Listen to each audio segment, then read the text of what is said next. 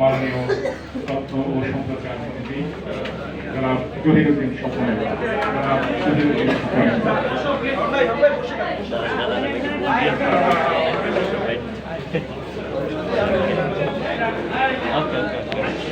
তাহলে মাইক্রোফোন গুলো আইনে আপনি দিয়েন ভাই, সবাই মাইক্রোফোন দিয়েন ভাই।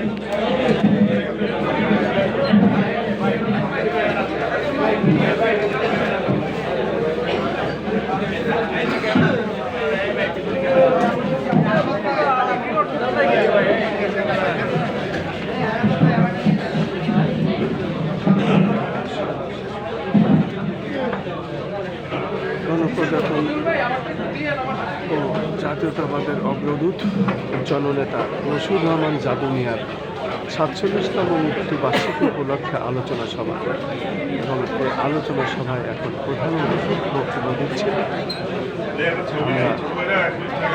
এখন এই বক্তব্য শুনব এবং গ্রহণ করছি।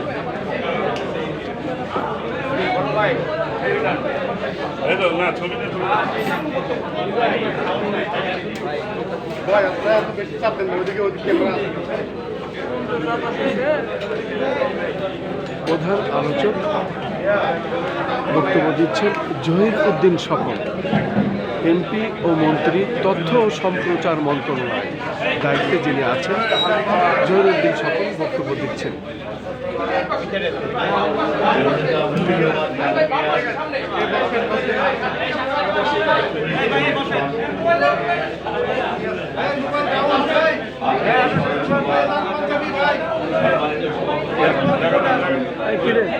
আছিস কেমন? ওই বাইট পারগুলো কোথায় আসে না আর এখন? আমাদের সকলের বাংলাদেশের অন্যতম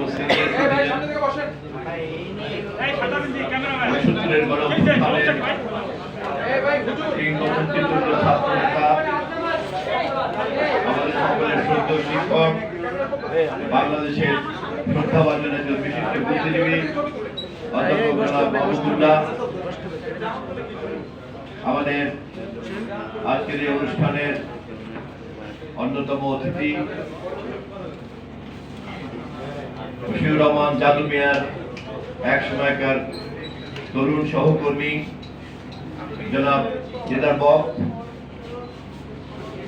আমাদের গণতন্ত্র মঞ্চের অন্যতম নেতা বাবলু ভাই, ইসলাম বাবলু ভাই, এবং উপস্থিত মশিউর রহমান জাদু মিয়ার যোগ্য কন্যা, আমার অত্যন্ত প্রিয় সহকর্মী রিটা রহমান, উপস্থিত সম্মানিত সুধীবৃন্দ, সম্মানিত সাংবাদিক ভাই বোনেরা, সবাইকে আসসালামু আলাইকুম। দেশনায়ক তারেক রহমানের নেতৃত্বে এই মুহূর্তে বাংলাদেশে যে নির্বাচিত সরকার, সেই সরকার বাংলাদেশের সবচেয়ে গ্রহণযোগ্য অবাধ নির্বাচনের মধ্যে একটি নির্বাচিত সরকার।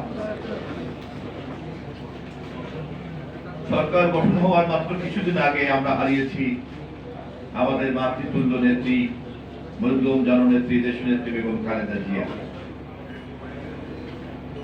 ধানের শীষের মার্কার সরকার এখন বাংলাদেশে প্রতিষ্ঠিত। শহীদ জিয়াউর রহমানের নেতৃত্বে ধানের শীষের সরকার, বেগম খালেদা জিয়ার নেতৃত্বে ধানের শীষের সরকার, এবং এখন তারেক রহমানের নেতৃত্বে ধানের শীষের সরকার গঠিত হওয়ার পরপরই মশিউর রহমান জাদু মিয়ার ৪৭তম মৃত্যুবার্ষিকী একটা চমৎকার ঘটনা পরম্পরা আছে। সেই ঘটনা পরম্পরা হচ্ছে মশিউর রহমান জাদু মিয়া হচ্ছেন সেই নেতা যিনি মৌলানা ভাসানীর ধানের শীষকে শহীদ জিয়ার হাতে তুলে দিয়েছিলেন। শহীদ জিয়ার হাত থেকে বেগম খালেদা জিয়া, বেগম খালেদা জিয়ার হাত থেকে আজ তারেক রহমানের হাতে। ধানের শীষের এই রাজনৈতিক প্রতীকী আকারে মৌলানা ভাসানীর হাতে জন্ম নিয়ে তারেক রহমান পর্যন্ত আজকের এই যে বিবর্তন এবং তার যে ধানের শীষের যে উপস্থিতি, এর মধ্যে নিহিত আছে মশিউর রহমান জাদু মিয়ার রাজনৈতিক প্রজ্ঞা। এর মধ্যে নিহিত আছে মশিউর রহমান জাদু মিয়ার কৃতিত্ব। মাত্র ৫৫ বছর বয়সে তিনি তার জীবন অবসান হয়েছে। কিন্তু তিনি আজকের এই গণতান্ত্রিক রাজনীতিতে, নির্বাচনের রাজনীতিতে, বহুদলীয় রাজনীতিতে ধানের শীষের জনপ্রিয়তার এই ভিত্তিভূমি তৈরি করেছিলেন মশিউর রহমান চাঁদুরিয়া। শহীদ জিয়াউর রহমানের মতো তৎকালীন সময়কার, বিশেষ করে ৭৫-এর যে প্রেক্ষাপটে পরিবর্তন ঘটেছিল, আওয়ামী লীগের খন্দকার মোস্তাকরা শেখ মুজিবের মৃত্যুর পরে যেভাবে ক্ষমতা দখল করেছিল, বাংলাদেশের শেখ মুজিব সাহেব কর্তৃক প্রথম নিয়োগকৃত প্রধান বিচারপতি সাহেব সাহেব যেভাবে নিজে নিজে প্রধান সামরিক আইন প্রশাসকে পরিণত হয়েছিলেন, শেখ মুজিব সাহেবকে কবরে রেখে যেভাবে তার সহকর্মীরা শেষে সামরিক শাসন জারি করেছিলেন, প্রধান বিচারপতিকে প্রধান সামরিক আইন প্রশাসক করেছিলেন এবং নিজেরা যেভাবে মন্ত্রিত্ব ভোগ করেছিলেন ১৬ই আগস্ট থেকে, এবং তার পরবর্তীকালের ৩রা নভেম্বরের ধারাবাহিকতাতে যে নৈরাজ্য, সেই নৈরাজ্য থেকে যেভাবে শহীদ জিয়াউর রহমানকে সিপাহী জনতা মুক্ত করে এনে জাতির সামনে হাজির করেছিল, তার নেতৃত্বে ক্যান্টনমেন্টে যে শৃঙ্খলা ফিরিয়ে আসার ইতিহাস এবং বিভক্ত জাতির মধ্যে ঐক্যবদ্ধ হওয়ার যে ইতিহাস, সেই কারণে সিপাহী জনতার রাজনীতিতে সংঘবদ্ধভাবে, স্বতঃস্ফূর্তভাবে একটা ভূমিকা আমাদের দেশে তৈরি হয়েছে এবং সেই ধারাবাহিকতাতেই ধানের শীষের রাজনীতির গ্রহণযোগ্যতাও বাংলাদেশে আজকে তৈরি হয়েছে। বাংলাদেশী জাতীয়তাবাদ, বহুদলীয় গণতন্ত্র এবং ধর্মীয় মূল্যবোধের ভিত্তিতে ধর্ম ব্যবসায়ীদের সঙ্গে বিরোধিতা করা, লড়াই করা, সচেতন ভাবে হোক আর অবচেতন ভাবে হোক, বাংলাদেশের রাজনীতিতে এই মুহূর্তে সুস্থ ধারার রাজনীতির এই ৩টি উপাদান বিরাজ করছে এবং আমরা খুবই গর্বিত আমাদের সরকার অত্যন্ত সচেতন ভাবে এবং অত্যন্ত সতর্কতার সঙ্গে আমরা বাংলাদেশী জাতীয়তাবাদকে মূর্তমান করার জন্য স্পষ্ট করে বলেছি, সবার আগে বাংলাদেশ। যাদের মোহ রয়ে গিয়েছে দিল্লির প্রতি, যাদের মোহ রয়ে গিয়েছে পিন্ডির প্রতি, আমরা সবার আগে বাংলাদেশের স্লোগান দিয়ে সেই মোহগ্রস্তদেরকে ঘুম ভাঙাতে চাই। আমরা বাংলাদেশের অবাধ নির্বাচনকে, যাকে বিতর্কিত করতে চেষ্টা করেছিল একটি মহল, যে নির্বাচনকে প্রলম্বিত করতে চেষ্টা করেছিল একটি মহল, যে নির্বাচনকে নানান ভাবে প্রশ্নবিদ্ধ করতে চেয়েছিল সেই একটি মহল, তাদের হাত থেকে নির্বাচনের মতো একটি গণতান্ত্রিক রাজনীতির সবচেয়ে অনিবার্য অনুষঙ্গকে আমরা বাস্তবায়ন করেছি 12ই ফেব্রুয়ারি নির্বাচন অনুষ্ঠিত করার মধ্য দিয়ে। 2/3 সংখ্যাগরিষ্ঠতা নিয়ে আমরা গত 12ই মার্চ জাতীয় সংসদ, ত্রয়োদশ জাতীয় সংসদের যাত্রা শুরু করেছি। সর্বসম্মতিক্রমে স্পিকার নির্বাচিত হয়েছে, ডেপুটি স্পিকার নির্বাচিত হয়েছে এবং সংসদের স্বাভাবিক বিতর্কের যাত্রা বিন্দু তৈরি হয়েছে গত 12ই মার্চ।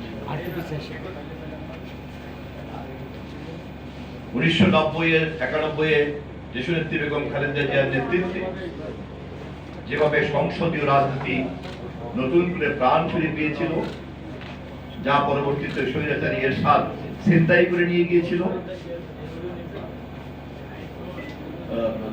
যা পরবর্তীতে শেখ হাসিনার শাসন আমলে ভুলুণ্ঠিত হয়েছিল, তাদের আমিন নির্বাচন, ডিসি নির্বাচন এবং একতরফা নির্বাচনের মধ্য দিয়ে সেই সংসদীয় রাজনীতি আবার নতুন করে আমাদের সংসদ নেতা দেশনায়ক তারেক রহমানের নেতৃত্বে আমরা গত 12ই মার্চ আবার চর্চা করেছি। 70-এর নির্বাচনে তৎকালীন আওয়ামী লীগের বিজয়ের অর্জন মূলত জনগণের অংশগ্রহণের প্রথম যাত্রা বিন্দু ছিল, কিন্তু 1975-এ জনগণের এই অংশগ্রহণকে নাকচ করে, বহুদলীয় গণতন্ত্রের সংস্কৃতিকে নাকচ করে আওয়ামী লীগই শুরু করেছিল সেই ভয়াল রাজনৈতিক প্রেক্ষাপট যা গোটা জাতির অনাকাঙ্ক্ষিত পরিবেশ হিসাবে হাজির হয়েছে 1975-এর 15 আগস্ট। এই প্রেক্ষাপট আওয়ামী লীগের একদলীয় শাসন কায়েম করা স্বৈরতান্ত্রিক মনোভাবের মধ্যেই নিহিত ছিল। রাজনৈতিকভাবে এই দায়িত্ব তৎকালীন আওয়ামী লীগের নেতৃত্বকে নিতে হবে। শহীদ জিয়াউর রহমান 1975-এর 7ই নভেম্বর ধীরে ধীরে পর্যায়ক্রমে এই নৈরাজ্যের হাত থেকে যখন জাতিকে আবার উদ্ধার করেছিলেন, তখন মশিউর রহমান জাদিমুয়ের মতো নেতাই কিন্তু উপলব্ধি করতে পেরেছিলেন অন্যান্য সহকর্মীদেরকে সাথে নিয়ে শহীদ জিয়াউর রহমানের জনপ্রিয়তাকে ঘিরে বাংলাদেশের যে জাতীয় ঐক্যমত তৈরি হয়েছিল, তখন সেই ধারাবাহিকতাতেই যদি বহুদলীয় গণতান্ত্রিক রাজনীতির আবার এক নতুন যাত্রা তৈরি করা যায়, তাহলেই কেবলমাত্র জাতি তার হারানো পথ থেকে সঠিক পথে আবার দাঁড়াতে পারবে। এবং অত্যন্ত সঠিকভাবে এই কাজটি হয়েছিল বলেই কিন্তু আওয়ামী লীগ দ্বিতীয়বার জন্ম নিয়েছিল এবং সংসদে আসাদুজ্জামান সাহেবকে বিরোধী দলীয় নেতা তৈরি করে তারা সংসদীয় রাজনীতিতে আবার ফিরে এসেছে। মশিউর রহমান সহ তৎকালীন সময়কার সহকর্মীদেরকে নিয়ে শহীদ জিয়াউর রহমানের গোটা জাতিকে সঠিক পথে ফিরিয়ে আনার সেই ধারাবাহিকতাতেই দেশ চলছিল। মাঝখানের ঘটনা আপনারা সবাই জানেন। বাংলাদেশের ইতিহাসে দ্বাদশ সংশোধনীর মতো সবচেয়ে গ্রহণযোগ্য সংসদীয় কার্যক্রম ইতিহাস খুলতে কিন্তু আর পাওয়া যাবে না। একমাত্র বেগম খালেদা জিয়ার নেতৃত্বে জাতীয় সংসদে একটি সংশোধনী, দ্বাদশ সংশোধনীর মধ্য দিয়ে যে সংসদীয় রাজনীতি নতুন করে যাত্রা শুরু করেছিল এবং সেখানে সর্বসম্মতিক্রমে এই যাত্রা আমরা শুরু করেছি, যা এখনো বহাল আছে, যাকে আমরা ধরে রাখতে চাই। এবং বহুদলীয় রাজনীতি, গণতান্ত্রিক রাজনীতি, সংসদীয় রাজনীতির মধ্যে যে বহু মত, বহু চিন্তার শান্তিপূর্ণ সহ অবস্থান এবং গণতান্ত্রিক সুস্থ প্রতিযোগিতা, এই সবটা মিলিয়ে একটি গণতান্ত্রিক সংস্কৃতি। কিন্তু দুর্ভাগ্যজনক হল সত্ত্বেও আজও গণতান্ত্রিক সংস্কৃতির এই মূল্যবোধের বোঝার ঘাটতি রয়ে গিয়েছে। সংসদীয় রাজনীতি চর্চা করতে গিয়েও যখন কোনো মহল তার মাত্রা অতিক্রম করে নিয়মতান্ত্রিক তর্ক বিতর্ককে মব কালচারে পরিণত করতে চান, তখনই জাতি সতর্ক হয়ে যায় আবারও অন্য কোন ধরনের মনোজগৎ ফিরে আসছে কিনা। জাদু ভাইয়ের 47তম মৃত্যুবার্ষিকীতে আমি সংশ্লিষ্ট সকল মহলকেই সজাগ থাকার আহ্বান জানাই।